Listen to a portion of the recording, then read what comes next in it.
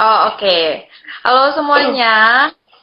Perkenalkan, nama aku itu sebenarnya nama aku panjang banget ya, nggak kayak yang di posternya Devin. Nama aku tuh Yohana Francisca Lintang Natalia. Tapi kalian semua bisa memanggil aku Lintang aja, kayak gitu. Lintang gitu.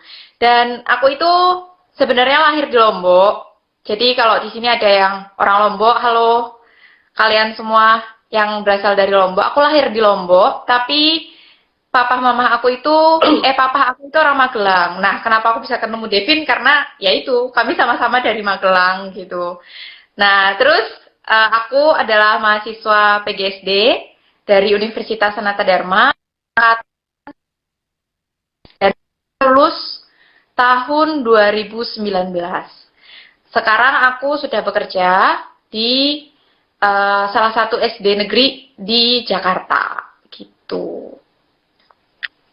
Oke, thank you banget buat perkenalannya ya. Oke, kita masuk ke topik pembahasan aja ya. Nanti buat teman-teman silahkan bertanya. Karena karena pasti seru banget ya. Biasanya aku bahasnya kuliah jurusan pariwisata atau perhotelan ya. Kali ini kita Bahasnya kali ini kita sekolah bahas. anak-anak SD ya, Vin ya? Karena anak kecil. Oh, bener. Bener, penasaran karena penasaran. Oke, Tang, ini bicara mengenai jurusan PGSD ya. Kenapa kamu memilih jurusan PGSD sebagai jurusan kuliahmu? Wow, ini pertanyaan yang sangat menyentuh buat hidup aku ya.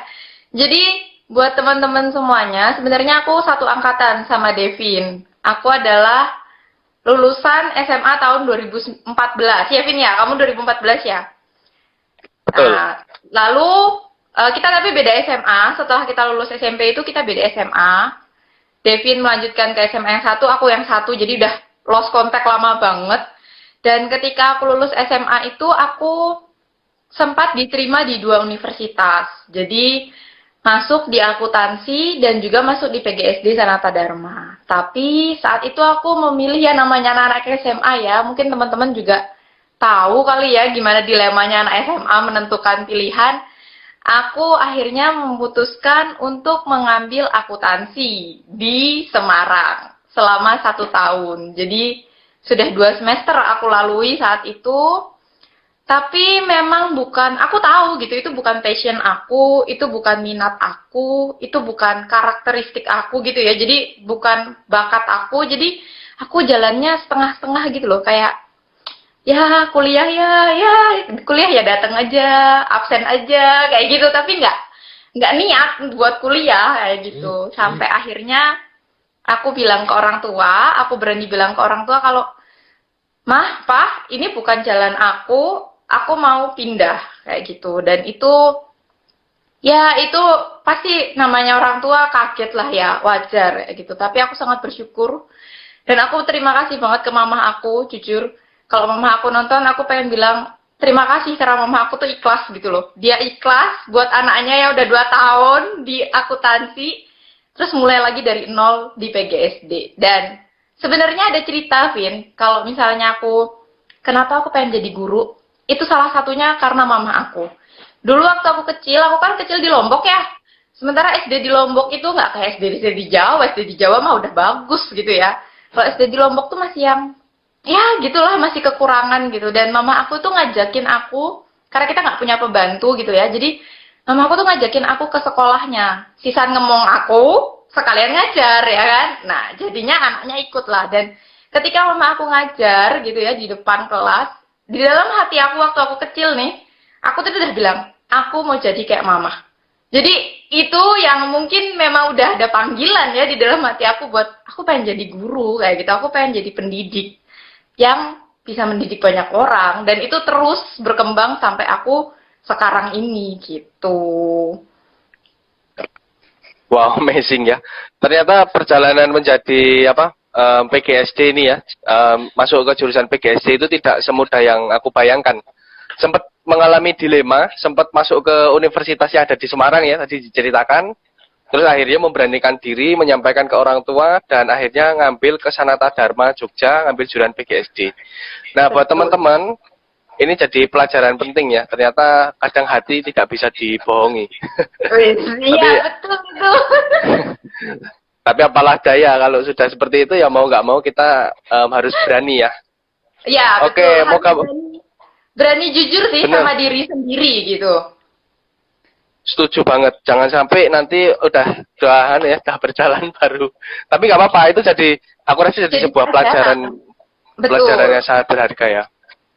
Oke, Tang. Ini bicara mengenai apa ya? Waktu masuk Sanata Dharma tuh. Apa yang kamu rasain pertama kali ketika kamu akhirnya ngambil jurusan PGSD yang sesuai dengan passionmu ini? Pertama kali malu, Vin. Malu ketemu teman-teman yang udah yang udah di atas kita. Ya pasti ketemu lah ya sama teman-teman yang mungkin satu SD, satu SMP ya kan. Atau mungkin satu SMA tuh kayak mereka, "Loh, kok di sini? Loh, kok di sini malu?" Awalnya tuh pertama kali tuh malu. Rasanya tuh kayak aduh mau nampilin muka tuh kayak duh ngomong apa? Mereka bisa nerima aku nggak ya? Kayak gitu loh, kayak bakal diterima nggak ya kalau aku ngomongnya jujur kayak gini. Tapi ya itu ya, bersyukur banget sih aku sama Tuhan kalau ternyata memang ketika kita mau jujur sama orang lain, kita mau kasih tahu ke orang lain, ini loh alasanku tuh gini gini gini, ternyata diterima. Awalnya tuh malu banget, tapi excited gitu loh, kayak oke nih, ini pilihan aku mau buktiin ke mama, aku mau buktiin ke papa, aku bisa kayak gitu, dan aku bisa sukses dari jalurku ini, dari yang aku pilih kayak gitu. Jadi di satu malu, satu sisi malu, satunya ya excited aja. Oke, seru banget nih. Pasti banyak cerita ya setelah akhirnya pindah dan mengambil jurusan sesuai passion. Oke, Tang, ngobrolin biaya dulu lah. Gimana? Aduh. Masuk PGSD mahal gak? Sanata Dharma lagi ya? Sanata Dharma mahal nggak ya? Kayak gitu. Kadang tuh iya sering ditanya gitu kayak, Sanata Dharma mahal nggak ya? Terus kan itu sekolah universitas swasta gitu kan, yang bisa bilang udah ditahu orang gitu. Jadi gini teman-teman, menurut pengalamanku ya, ini pengalamanku di tahun 2015 saat aku masuk, itu biaya yang kurang lebih aku habiskan itu sekitar berapa ya? Untuk DPP sendiri itu sekitar 8 jutaan. Itu 8 juta. Lalu ditambah lagi sama UKT itu 1,7 juta. Ditambah lagi dengan SKS, saat itu per SKS 120.000. Berarti kalau dikalikan 20 SKS ya 2 juta lebih lah ya. Berarti kalau total berapa tuh? Sekitar kurang lebih 15-14 juta ya habisnya untuk pertama kali masuk.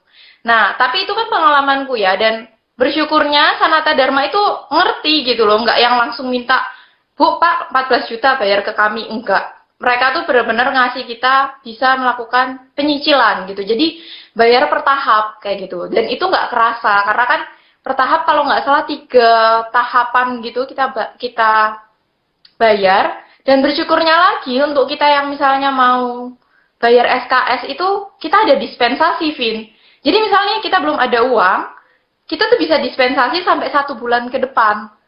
Jadi misalnya belum ada uangnya, ya udah nggak apa-apa, kita dispen aja, bulan depan kita coba cicil lagi. Nah kalau sekarang nih, setelah aku lulus, aku baru tahu kalau di Sanata Dharma itu bisa bayar setengah dulu. Jadi misalnya pas SKS nih, kita mau bayar, kita belum ada uang 2 juta, kita mau bayar 1 juta dulu nih bulan ini, bulan depan kita bayar 1 juta, itu bisa, dan itu sangat membantu. Itu sih dari pengalaman aku untuk masuk pertama kali ya, sekitar segitu. Tapi namanya pendidikan, namanya sekolah, ya sekolah SD aja setiap tahun naik, apalagi universitas gitu ya. Jadi kalau untuk lebih lengkapnya buat teman-teman semuanya, kalau misalnya mau tahu tentang berapa biaya masuknya, silakan langsung menghubungi atau mengunjungi websitenya Sanata Dharma gitu. Oke, Tang. Wah, thank you banget ya. Penjelasannya sangat rinci dan belak-belakan. Itulah yang aku suka. Kayak guru banget ya. Ya, harus belak-belakan dong. Kasihan teman-teman nanti kalau disembunyi-sembunyi ini ternyata biayanya nggak sesuai yang disampaikan, kan kasihan ya. Tapi benar, nanti ngecek di web langsung aja ya, karena pasti setiap tahun mengalami pembaharuan. Oke, Tang. Ya, Bicara betul. mengenai ospek nih sekarang ya. Gimana, Tang, ospeknya di Sanata Dharma sendiri? Ospek ya, ospek Sanata Dharma itu kan aku udah pernah di Semarang nih, ya kan. Biasanya kan kita ospek tuh hanya di awal, ya kan. Tapi kalau di Sanata Dharma itu, wow, 3 kali ospeknya. nggak cukup sekali ospek. Jadi kalau di Sarata Dharma itu ada ospek pertama kali namanya Insada, Inisiasi Sanata Dharma. Itu kita ketemu sama satu universitas. Jadi sekitar 1.000 mahasiswa gitu kita dikumpulin dan kita ospek bareng-bareng. Tapi sesuai motonya Sanata Dharma ya, humanis gitu kan. Jadi ospeknya juga nggak yang disuruh pakai baju apa, bawa apa gitu, enggak. Kita benar-benar datang itu bawa pakai baju hitam putih biasa, atau nanti di hari kedua ketiga kita boleh pakai kemeja, terus kita cuma ikut sesi mereka dan ya udah kayak kita dengerin seminar atau kita buat kayak kegiatan diskusi kelompok gitu, kita mau pamerin apa, kita mau pentas apa, ya udah kayak gitu aja. Jadi itu sih. Nah, setelah kita selesai Insada nih, aku pikir juga, oh udah selesai nih ya kan, udah keterima jadi mahasiswa baru. Ternyata masih ada inisiasi fakultas. Nah, kalau fakultas gue itu kan pendidikan ya, jadi kan pendidikan itu banyak. Ada yang pendidikan bahasa Indonesia, bahasa Inggris, GSD, biologi. Jadi satu fakultas itu dikumpulin jadi satu. Dan kita ketemu sama teman-teman kita yang sama-sama pendidik. Nah, itu dilakuin juga setelah selesai Insada. Jadi Insada selesai, lanjut ke Invisa. Nah, Invisa ini selesai, ada lagi di PGSD. Di PGSD-nya sendiri aja tuh ada inisiasinya, coba bayangin. Namanya Insipro. Tapi aku pribadi, aku jujur senang banget sih waktu aku di Insipro ini karena itu di luar kampus. Dan aku waktu itu di pantai, Vin. Jadi gimana sih rasanya, euforianya lebih beda kan dibandingin yang Insada sama Invisa cuma di kampus terus. Tapi Insipro-nya ini kita di kampus dan itu kita dikenalin lebih ke 5 bidang ke-SD-annya. Kan kita mau jadi guru SD nih, bakal ngajar 5 bidang mata pelajaran. Nah, itu kita dikenalin itu tapi dikemas dengan kegiatan yang ada di pantai. Dan itu seru banget sih pasti. Gitu. Oke, Tang. Jelas lah, aku nggak usah bahas itu lagi lah. Udah pasti lengkap banget ya. Jelasnya kita bahas ini aja deh, jurusan PGSD. Nah, jurusan PGSD itu belajar apa sih sebetulnya? Menurutmu belajar apa, Devin? Guru PGSD? Kalau ditanya menurutku ya kalau dari namanya aja ada pendidikan guru sekolah dasar ya. Pasti pelajaran SD ya. Iya, pelajaran SD ya. Iya, pasti kita dengarnya gitu. Tapi nggak mungkin lah, kayak gimana sih? Jadi gini teman-teman, kadang aku tuh juga sering banget ditanya gitu. Kan cuman jadi guru SD, ya mudah lah pelajarannya ya kan. Pasti juga cuman 2 kali 2 sama dengan 4, atau 1 tambah 1 sama dengan 2. Tapi ternyata nggak gitu teman-teman. Aku juga awalnya pikirannya, paling mengulang materi. Ternyata enggak. Itu tuh kita dapet banyak hal baru yang aku nggak tahu. Kayak misalnya gini, emang ada 5 bidang ke-SD-an. 5 bidang ke-SD-an itu berarti bahasa Indonesia, matematika, IPA, IPS, sama PPKN. Nah, itu 5-5-nya memang kita diajarin teorinya gitu loh. Kita diajarin lagi, kayak ngulang lagi materi SMA. Nah, tapi bedanya apa? Materi ini kita kemas gimana caranya bisa ngasih tahu ke anak kalau itu tuh bisa kayak gitu loh. Kayak gini deh, kamu pernah nggak tahu misalnya kayak Pi itu kan 3,14 atau 22/7, ya kan? Nah, tapi kalau di PGSD, kita kan udah tahu aja tuh ya kan, selama kita belajar, Pi sama dengan 22/7 atau 3,14. Tapi di PGSD, gimana caranya ngajarin ke anak kalau Pi itu berasal dari 3,14? Jadi kita harus buat media pembelajaran, kita harus buat RPP, kita harus buat segala macam administrasi. Dan itu banyak banget sih, kayak gitu. Tapi nggak cuma itu aja, Vin. Yang kalau kamu mau tahu, bukan cuma 5 bidang. Kamu mau tahu nggak? Aku tuh belajar, namanya belajar seni. Seni musik, seni lukis, drama, apalagi? Seni tari. Aku tuh belajar, Vin. Terus habis itu udah belajar seni, aku pikir oh ya udahlah. Ternyata aku juga belajar menulis halus yang pakai Latin itu loh. Bayangin dong, aku udah segede gini. Belajar nulis halus lagi dari awal. Terus belajar buat keterampilan yang pakai tangan. Nah, yang jadi ciri khasnya di PGSD Sanata Dharma nih buat teman-teman yang mau masuk ke Sanata Dharma itu adalah di Sanata Dharma itu ada namanya kita belajar internasional kurikulum. Jadi kan kalau di pendidikan ada kurikulumnya ya, kayak sekarang kurikulum 2013. Nah, tapi kalau di Sanata Dharma kamu akan diajarin tuh kurikulum internasional kayak gimana. Udah gitu mending ya, cuman kurikulum internasional sama kurikulum nasional. Kita diajarin lagi pendidikan anak berkebutuhan khusus. Jadi kita tuh belajar anak itu kan karakteristiknya beda-beda. Ada yang berkebutuhan khusus, ada yang enggak. Nah, itu tuh kita belajar itu. Gimana sih cara ngajarnya anak yang slow learner, yang susah lambat belajar. Kayak gitu, itu kita ajarin. Jadi banyak banget sih, menurutku tuh kayak hal yang kita pelajarin. Bahkan dari kompetensi gurunya aja tuh, wah kalau aku pribadi tuh kayak, aku cocok gak ya jadi masuk ke kompetensi gurunya. Kayak sering ngaca gitu, aku bisa gak ya, kayak gitu. Oke nih, mantap banget ya. Aku mau tanya nih kalau di PGSD nama mata kuliahnya apa aja ya? Kamu sebutin lah beberapa lah. Penasaran. Oke, nama mata kuliahnya ya. Mata kuliahnya itu ada namanya teori perkembangan anak. Jadi itu kamu belajar anak itu secara psikologisnya dia tumbuhnya gimana. Dari usia 0 nih, bahkan dari rahim, itu tuh dia ada perkembangannya sampai dia dewasa. Nah, itu kita pelajarin tuh namanya teori perkembangan anak. Jadi ya, kalau buat kalian yang cewek-cewek nih ya, yang mau masuk ke PGSD sekalian lah ya belajar besok kalau punya anak gimana ya kan, kayak gitu. Karena diajarin juga. Nah, terus abis itu ada namanya pelajaran Montessori. Itu salah satu kurikulum internasional. Itu Montessori. Ada juga TEACH. Ada lagi PYP.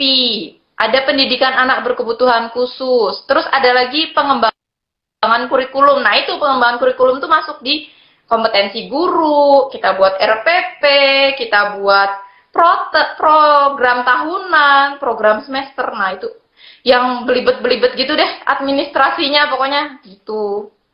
Gitu sih. Oke. Oke. Dijelasin Bukan tadi apa ya? Ini aku nggak ngerti. Banyak lah itu, tapi aku ya tahu lah beberapa lah. Pengembangan mungkin ya pengembangan lah. Ya sih agak sulit dipahami sih kalau nggak jurusannya ya. Tapi nggak apa-apa nih buat teman-teman ya yang kalian tertarik masuk ke jurusan PGSD, paling nggak udah mulai ada gambaran ya gimana tuh jurusan PGSD. Benar. Ternyata seperti itu ya. Oke, Tang, ini apa ya, bicara mengenai kompetensi ya tadi ya. Kompetensi ya kamu sebut ya? Kompetensi. Itu Betul, kompetensinya itu kayak gimana? Kayak gimana sih? Jadi guru itu harus punya setidaknya 4 kompetensi, Vin. Nah, 4 kompetensi itu yang pertama namanya kompetensi pedagogik. Kalau pedagogik itu seperti kamu tuh kenal nggak sih, paham nggak sih sama karakteristik anak, kayak gitu. Terus kamu ngerti nggak anaknya itu, kan karakteristik anak beda-beda ya. Ada yang pinter, ada yang enggak, ada yang bisa ngerti, ada yang pinter matematika tapi nggak pinter di bahasa Indonesia. Nah, itu namanya pedagogik. Terus kompetensi yang kedua itu namanya kompetensi kepribadian. Wah, kalau kita lihat guru gitu kan kayak, wah dia pribadinya berwibawa, adil, jujur gitu kan. Padahal di diri aku sendiri kadang kayak masih merefleksikan gitu. Aku mencerminkan pribadi itu nggak ya kayak gitu. Karena ya namanya manusia pasti ada salahnya kan, pasti ada kekurangannya. Jadi ketika aku ngelihat gitu kayak kadang aku juga nggak kelihatan wibawanya. Kadang aku juga masih kayak anak kecil, namanya juga masih baru gitu ya jadi gurunya. Terus abis itu ada lagi kompetensi yang ketiga itu namanya kompetensi profesional. Nah ini nih, profesional itu kalian harus kayak sebisa mungkin berwawasan tuh lebih luas gitu loh. Jadi jangan sampai kalian itu misalnya anak kalian itu nggak bisa apa-apa, atau gini deh, anak itu misalnya nyari jawaban kalau 2 kali 2 itu sama dengan 4. Tapi anak itu caranya kan nyari jawaban itu beda-beda. Ada yang bisa langsung 2 kali 2 sama dengan 4. Tapi ada juga yang 2 kali 2 itu dia harus pakai biting dulu. Biting apa sih? Pensil ya kan? Dia ambil 2 pensil, ditambahin lagi 2 pensil. Ya itu adalah kita harus profesional gitu loh. Nah, habis itu ada lagi yang terakhir apa ya? Aku lupa nih malahan. Yang sosial. Nah, iya bener tuh. Kamu malah tahu jadinya kan. Kompetensi yang Kita kan udah terakhir calling, itu sosial. udah calling-callingan, jadi tahu. Oh ya, kita udah calling-calling. Bener, kompetensi yang terakhir itu sosial. Jadi, kalau misalnya dibilang guru itu gimana sih kalau dilihat di orang luar tuh kayak dia itu punya strata sosial gitu loh. Jadi dia bisa berbaur juga. Kadang kan kalau kita di sosial tuh kayak kerjanya apa guru tapi juga ngerangkap jadi bantuan buat ketua RT atau waktu di RT dia ngurusin bendaharanya. Nah, itu jadi kita juga bisa berbaur gitu loh. Sosialisasi lah. Ya gimana kita nggak sosialisasi ya sama anak didik, sama orang tua murid, sama guru-gurunya sendiri, kan mau nggak mau kita harus bisa bersosialisasi gitu. Oke, sangat lengkap. Oke, Tang, ini keren banget sih. Jelasinya memang kayak menjelaskan ke nganu ya, kayak ke murid-murid ya. Jadi dijelasin secara rinci banget. Tapi keren banget sih. Inilah yang penting jelasinya secara gamblang, secara jelas ya. Jadi mudah dicerna. Oke, Tang, ini bicara mengenai magang ya. Jurusan PGSD itu ada magangnya nggak sih? Oke, sebentar. Aku mau tanya ke kamu, Devin. Kalau di pariwisata, magangnya itu dari kapan ya? Dari kalian pertama kali masuk atau enggak? Kalau di pariwisata sendiri, kalau setiap kampus punya aturan masing-masing ya. Tapi kalau di kampusku kemarin, kita semester 2 sudah boleh magang. Tetapi diwajibkan di semester 5. Nah, diwajibkan gitu. ya. Diwajibkan semester 5. Oke. Ya, kalau aku, Vin, diwajibkan dari semester 2 sudah magang. Amazing. Kaget kan kamu? Karena gini, di semester 2 di Sanata Dharma itu kalian sudah harus magang untuk menjadi guru pramuka. Jadi guru SD itu ya guru pramuka. Oh, jadi guru pramuka. Iya, magang iya jadi guru pramuka. Tiap pramuka datang gitu magang. Betul. Setiap anaknya pramuka kita yang ngajarin. Anaknya ikut kemah, kita ya ikut. Oh, oke. Wah, mantap ya. Oh, baru tahu aku malah. Jadi semester awal itu magangnya jadi guru pramuka. Oh, oke. Betul. Lalu terus di semester 3, kita masuk semester 3, aku pikir juga magangnya cuma di semester 2. Enggak, Vin. Semester 3 itu pengalamanku aku ngajar bimbingan belajar namanya. Nah, itu aku datang ke sekolah ngasih bimbingan untuk anak-anak yang ada di kelas bawah. Jadi kan kalau di SD itu 6 kelas ya. Nah, kelas bawah itu kelas 1, kelas 2, sama kelas 3. Kayak gitu. Aku balik apa ya? Aku lupa. Pokoknya dia bimbingan 1 itu kita ada ngajar untuk kelas atas atau kelas bawah. Nah, itu kita ajarin tuh mereka. Selesai mereka sekolah, mereka datang ke sekolah lagi buat belajar. Kayak gitu.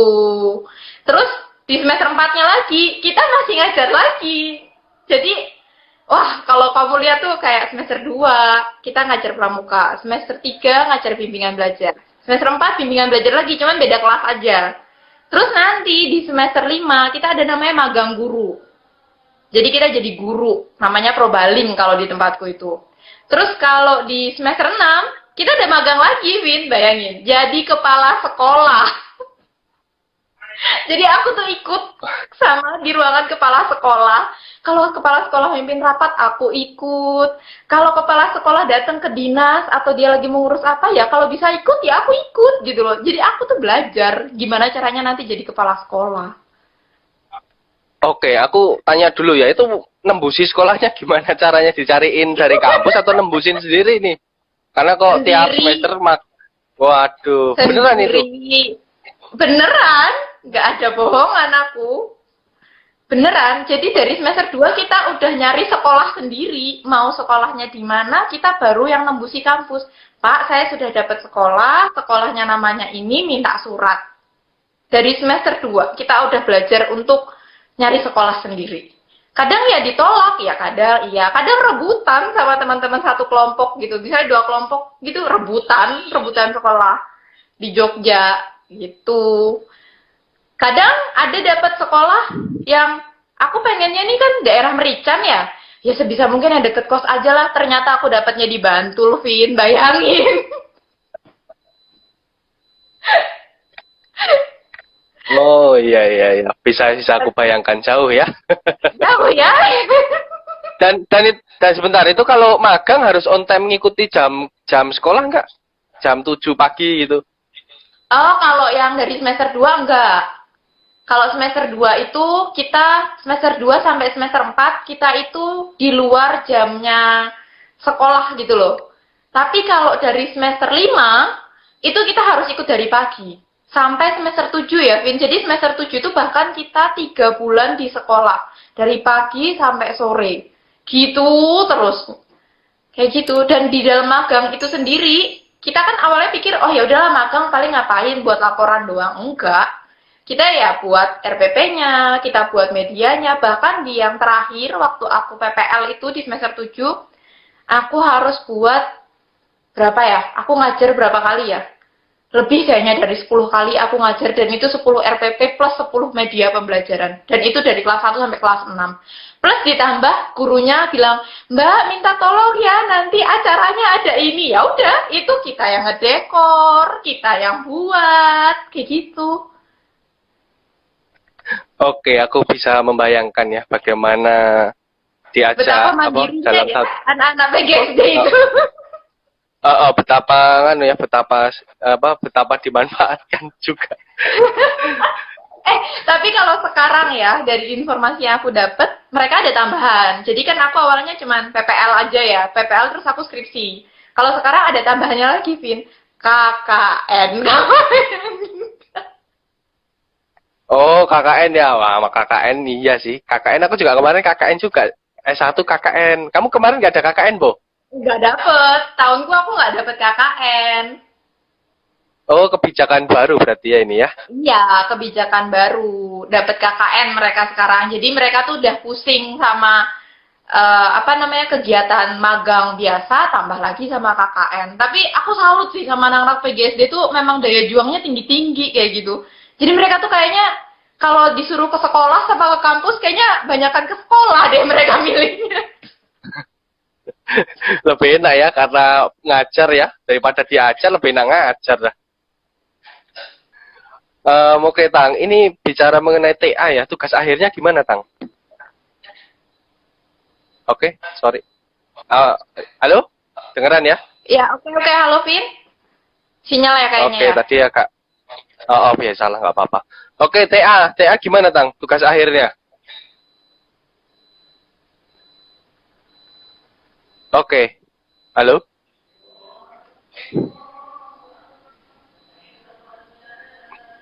Halo?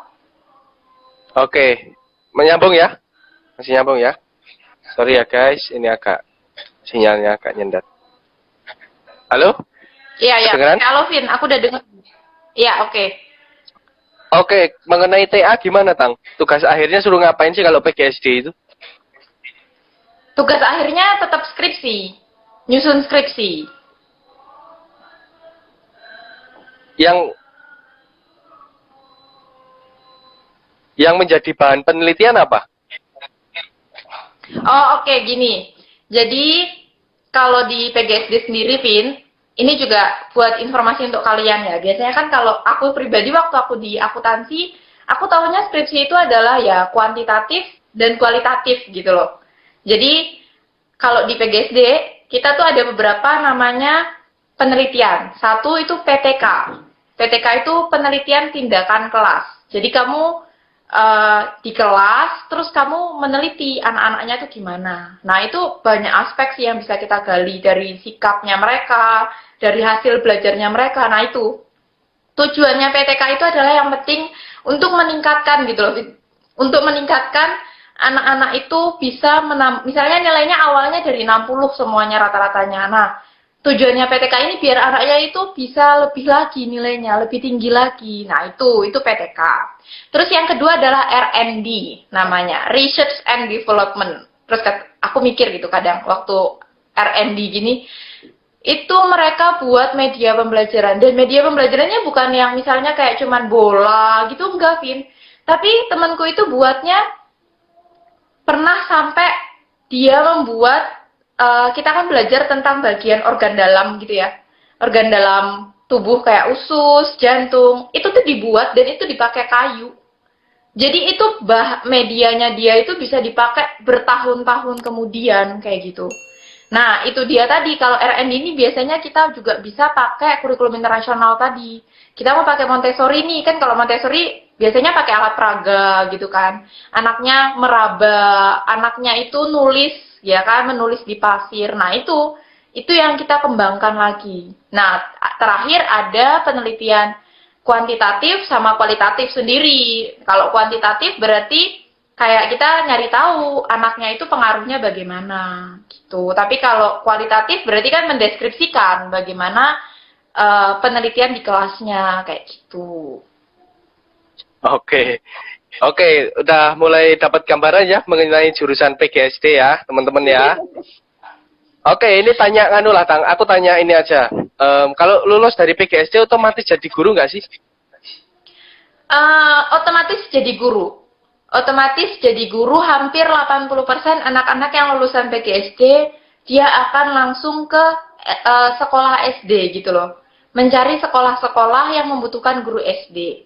Tapi gini, aku merasa ya, ketika aku di PGSD Sanada Dharma, aku awalnya juga mikir cuman bisa ke SD negeri atau SD swasta. Tapi nggak gitu, Vin. Kalau sekarang prodi aku itu melakukan pengembangan. Jadi anak-anak PGSD ini itu di semester 5 apa 6 gitu ya sekarang, itu mereka mengambil penjurusan.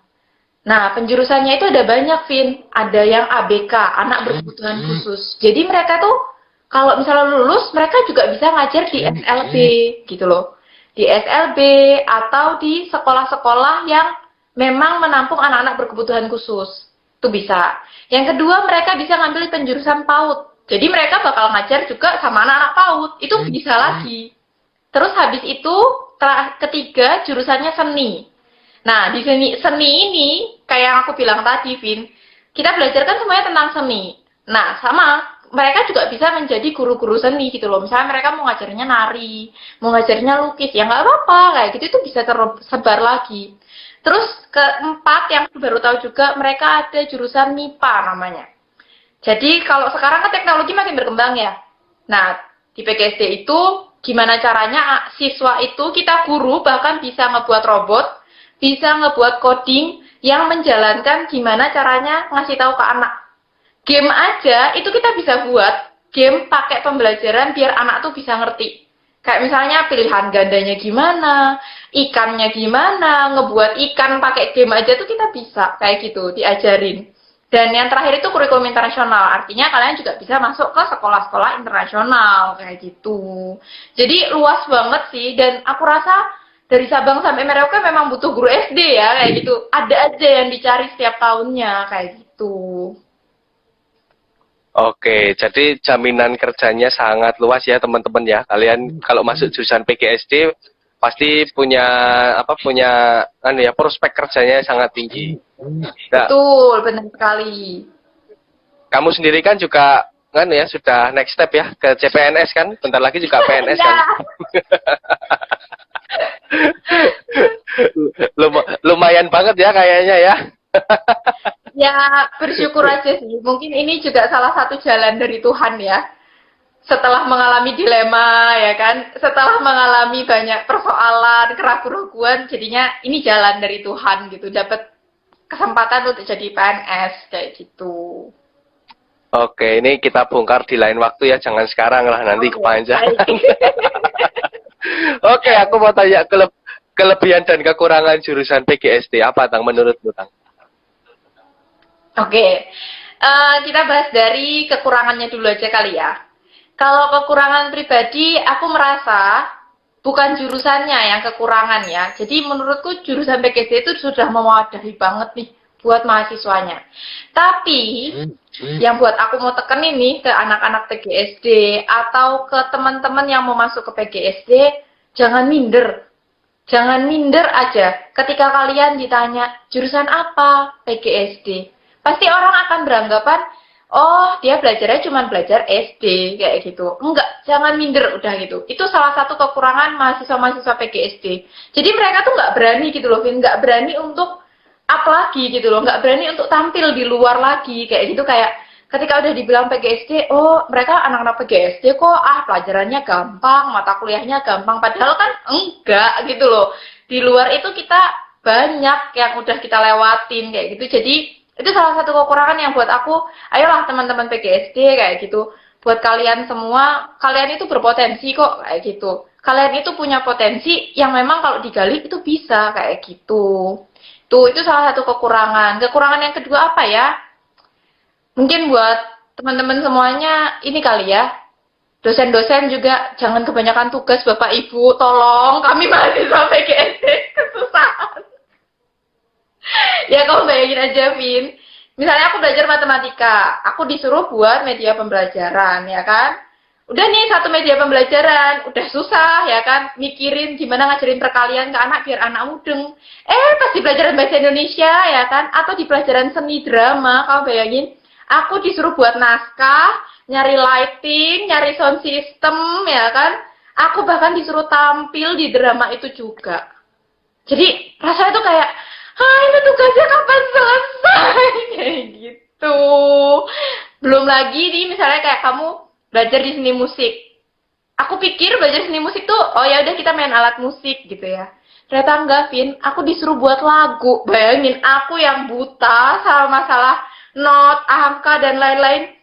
Tuh, sampai ada yang bilang tuh, tugasnya numpuk. Jujur, iya, aku ngerasain. Tugasnya tuh numpuk. Jadi tuh, tapi ya memang ini jadi salah satu kelebihan juga di PGSD. Ternyata ketika tugas-tugas itu numpuk, yang aku pikirnya adalah batasku tuh segini gitu loh. Jadi batasku tuh cuman, paling aku juga cuma bisa ngajar, paling aku juga cuma bisa ngasih tahu ke anak gini. Ternyata enggak, aku bisa melampaui batasan yang udah aku buat gitu loh. Itu mungkin dosen-dosenku tuh pengen kayak, kalau kalian bisa dipus terus, ya udah gitu. Lanjutin aja lagi. Ya buktinya drama aja aku bisa tampil, aku bisa jadi aktornya, aktrisnya, dan satu kelasku tuh kan 50 orang ya, Vin. Kita tuh bareng-bareng waktu tugas drama, itu bener-bener kayak ada yang jadi sound system, ada yang jadi lighting, ada yang jadi sutradara, bahkan buat proposal, nyari dana, itu kita lakuin semuanya bareng-bareng. Dan itu jujur bener-bener buat aku ngerasa, oh begini memang kita tuh dibuat sama guru dosen-dosen itu melewati batas yang udah kita buat kayak gitu.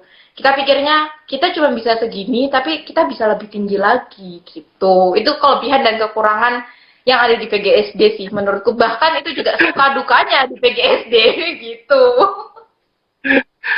Oke, seru banget ya. Ini buat teman-teman yang masih SD mungkin ya jangan dibales ya. Nanti tugasnya ditumpukin ke anak-anak SD juga. Jangan balas dendam ya. Oke, Tang. Ini seru banget ya obrolan kita malam ini. Aku benar-benar buta jurusan PGSD, tapi setelah kamu jelasin aku mulai nangkep ya poin-poinnya. Tapi ada miskonsepsi yang aku pengen tanya sih. Apakah jurusan PGSD itu hanya isinya perempuan semua? Memang betul atau enggak sih? Iya, kayaknya banyak banget ya perempuannya ya. Kayak asrama putri rasanya aku juga ngeliat. Enggak, jadi gini teman-teman. Di jurusan PGSD apalagi di Sanata Dharma, memang mayoritas itu putri, mayoritas itu perempuan. Tapi ada juga laki-lakinya, ada pak gurunya kok tetap. Jadi kalau di satu kelas itu aku ada 50 orang. Dan for your info ya, Vin, buat kamu, aku itu satu angkatan 5 kelas. Jadi satu angkatanku tuh 250 anak. Dan itu satu kelasnya 50. Berarti kira-kira ya, kalau aku kira-kira, seingat aku sekitar 180 anak itu adalah wanita. Sisanya berarti 70 orang itu adalah laki-laki. Jadi mereka berada di antara perkumpulan wanita-wanita gitu. Tapi mereka seneng tuh kadang. Yang buat cowok-cowok nih, siapa yang di sini anak PGSD pasti ngerasain. Apalagi kalau dibagi kelompoknya itu, kita bagi ya sama rata. Wah, seneng tuh yang cowok-cowok.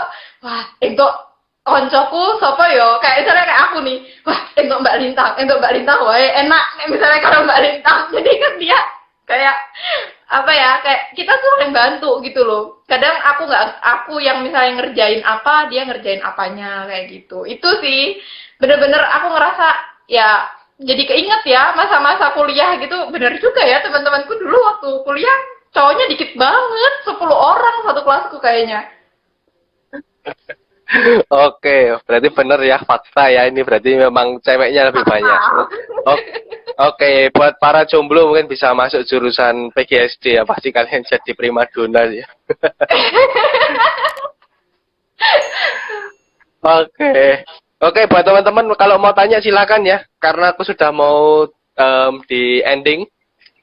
Oke, Tang, bicara mengenai jurusan PGSD sendiri ya. Em, kamu setelah lulus ngerjain apa sih? Wow, pertanyaannya dalam sekali ya. Kamu setelah lulus ngerjain apa? Jadi setelah aku lulus, aku sebenarnya sempat masuk ke salah satu sekolah swasta, Vin. Jadi sebelum aku PNS ini, aku langsung diterima di salah satu sekolah swasta. Gitu. Ya, aku alumninya, aku juga masuk jadi gurunya, kayak gitu ya. Kamu tau lah maksudku apa. Paham, paham. Oke. Oke, paham. Ya itu, jadi setelah aku lulus itu aku mengajar. Aku langsung mengajar di SD dan aku mengajar di kelas 4 gitu loh. Ketika aku ditanya, ngajarnya ngajar apa? Aku ngajar semua mata pelajaran. Jadi semua mata pelajaran di SD aku ajar, bahkan aku tambahannya itu, jadi kalau di kelas atas, kelas 4 itu matematika kan terpisah. Aku nambah lagi ya, aku ngajarin matematika. Terus sebenarnya banyak yang aku pelajarin ya setelah aku lulus itu, kayak aku belajar bahwa ternyata guru itu setiap tahunnya dia mengalami perubahan dan setiap tahunnya pendidikan di Indonesia itu mengalami perkembangan gitu loh. Jadi nggak bisa kita yang cuman ngikutin kayak guru-guru kita zaman dulu yang cuman ngasih LKS, itu nggak bisa. Aku di kelas itu berusaha untuk membuat anakku itu, kalau zaman dulu kita kan kadang kalau pas SD, kalian kerjakan halaman sekian, kamu ngalamin gak sih? Terus gurunya ninggalin kita. Kalau aku ngalamin gitu kan. Udah kayak dosen ya. Iya, udah kayak dosen ya jadinya ya. Tapi kalau aku gitu, ketika aku ngajar, aku buat mereka namanya lebih menjadi tim gitu loh. Di satu kelompok. Terus nanti kita ajak mereka untuk melakukan penelitian-penelitian kecil, percobaan-percobaan kecil kayak gitu. Yang kadang mereka sendiri tuh juga mempertanyakan itu. Kayak misalnya kita melakukan percobaannya tentang mereka melakukan pengamatan atau mereka melakukan percobaannya itu menanam kecambah yang ada di dalam kapas. Itu mereka lakuin bener-bener namanya anak SD ya. Jadi hanya pikirannya mereka main, belajar, ngerjain tugas dari gurunya. Tapi di luar itu ya banyak juga kasusnya. Kasusnya banyak sekali teman-teman. Ada yang kepalanya kebenjol lah, ada yang berantem, ada yang gelut. Itu aku alamin juga. Gitu. Jadi banyak sih memang yang aku pelajarin gitu. Dan satu lagi buat yang udah lulus nih, ketika kalian berlulus, awalnya aku mikir tuh, paling cuma buat RPP atau buat prota, prosem, ternyata enggak. Ada banyak administrasi di guru yang harus kalian urus. Yang harus kalian kerjakan. Dan itu wajib hukumnya kayak gitu. Jadi udah ngurusin anak orang, satu kelas 30 anak, ngurusin materinya, tapi juga ngurusin administrasi. Ya itu mau nggak mau sih. Gitu. Oke. Kang, akhirnya kan ya ke Jakarta daftar itu ya CPNS dan lolos ya berarti ya. Dan Ya, sekarang betul. udah di Jakarta ya, stay Jakarta ya. Stay di Oke. Jakarta. Oke, Tang. Ini Tang, pesan-pesan apa, Tang? Ada pesan-pesan nggak buat teman-teman yang mau masuk jurusan PGSD? Kamu ada pesan apa buat mereka?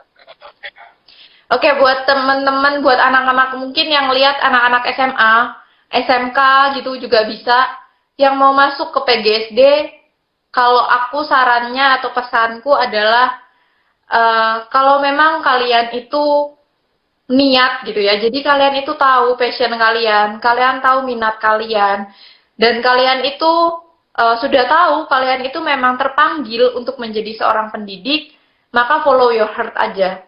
Ikutin kata hati kalian dan sebisa mungkin dikerjakan atau dilakukan itu kalau bisa sekuat tenaga gitu loh. Jadi ya kan orang tua kita udah ngebiayain kita kayak gitu. Syukur-syukur bisa dapat beasiswa. Tapi kan kalau enggak juga kasihan orang tua gitu loh. Ya kayak aku pribadi, aku ngerasa gitu waktu aku masuk pertama kali, ketika aku ngikutin kata hati, oh ya udah, aku di sini berarti aku harus bisa menunjukkan aku bisa kayak gitu. Tuh, jadi jangan takut sih buat masuk ke guru PGSD, walaupun banyak tugasnya, tapi aku yakin kalian akan berkembang kok di sana dan prospek untuk kedepannya untuk bekerja di PGSD itu pasti selalu dibutuhkan gitu. Terus saran aku buat temen-temen nih yang adik-adik tingkat aku yang masih di PGSD, aku tahu kalian itu stres sama tugas-tugas, apalagi sekarang daring. Aku tuh tahu karena aku juga sekarang kan lagi study Vin. Jadi aku sambil PNS ini aku sambil belajar lagi namanya profesi keguruan. Aku ngambil PPG, jadi aku tahu gimana rasanya, capeknya. Tapi percayalah, apa yang kalian lakukan itu pasti akan membuahkan hasil pada akhirnya gitu. Terus yang terpenting adalah jangan minder aja deh kayak gitu. Tetap kalian harus percaya sama diri kalian. Buktiin kalau anak PGSD itu bukan cuman anak yang belajar tentang pelajaran-pelajaran SD, enggak. Kita juga bisa ngelakuin hal-hal yang bisa dilakuin sama orang-orang lain. Kita bisa buat artikel, kita bisa menciptakan hal-hal baru, media pembelajaran baru. Nah, itu yang harus kita lakuin gitu.